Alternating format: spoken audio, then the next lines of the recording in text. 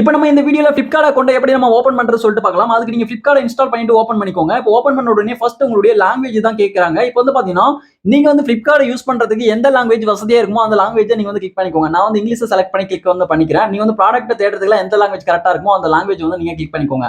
இங்கிலீஷை கிளிக் பண்ணிட்ட பிறகு லாகின் டு கெட் ஸ்டார்ட்னு இருக்கு. இதுல வந்து மொபைல் நம்பர் மூலமா லாகின் பண்ணதுனா பண்ணிக்கோங்க. இல்ல யூஸ் இமெயில் ஐடி சொல்லிட்டு கீழ பாட்டம்ல கொடுத்திருக்காங்க. அந்த பாக்ஸ்க்கு கீழ அதை கிளிக் பண்ணி நீங்க இமெயில் ஐடி மூலமா கூட நீங்க வந்து லாகின் வந்து பண்ணலாம்.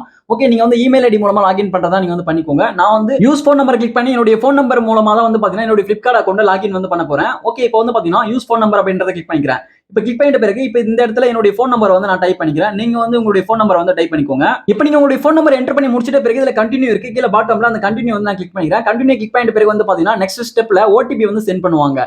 இப்போ இந்த நம்பருக்கு தான் வந்து பாத்தீங்கன்னா ஓடிபி சென்ட் பண்ணுவாங்க. இந்த நம்பர் இப்ப வெரிஃபை வந்து பண்ணுவாங்க. அதனால இந்த நம்பருக்கு வரக்கூடிய அந்த ஓடிபியை பார்த்து என்டர் பண்ணிக்கோங்க. இந்த சிம் வந்து இந்த நம்பர் உடைய அந்த சிம் வந்து இந்த போன்ல இருந்து ஆட்டோமேட்டிக்கா ஓடிபி வந்து ஜெனரேட் ஆகும். வேற போன்ல இருந்தா அந்த நம்பருக்கு வந்திருக்கக்கூடிய ஓடிபியை பார்த்து இந்த இடத்துல நீங்க என்டர் பண்ணிக்கோங்க. அதுவே இந்த இடத்துல நீங்க மெயில் ஐடி மூலமா லாகின் பண்றீங்க அப்படின்னா உங்களுடைய மெயில் ஐடிக்கு கோட் சென்ட் பண்ணுவாங்க. அந்த கோடை பார்த்து இதுல என்டர் பண்ற மாதிரி இருக்கும். நான் வந்து என்னுடைய கோடை பார்த்து என்டர் பண்ணிட்டேன். என்னுடைய போன் நம்பருக்கு வந்த கோடை வந்து நான் என்டர் பண்ணிட்டேன். வேற போன்ல இருக்கேன் சிம். அதுல வந்த கோடை பார்த்து என்டர் பண்ணி முடிச்சிட்ட பிறகு நெக்ஸ்ட் ஸ்டெப்ல வந்து பாத்தீங்கன்னா மூணாவது ஸ்டெப்ல இப்போ நீங்க வந்து இதுல அதிகமா எந்த ப்ராடக்ட்டை நீங்க வந்து பை பண்ணி வாங்குவீங்க, எது பிடிக்கும் அப்படின்னு சொல்லிட்டு செலக்ட் பண்ண சொல்றாங்க. இதுல வந்து உங்களுக்கு பிடிச்ச ஒரு 3 ப்ராடக்ட்டை வந்து நீங்க வந்து செலக்ட் வந்து பண்ணிக்கோங்க.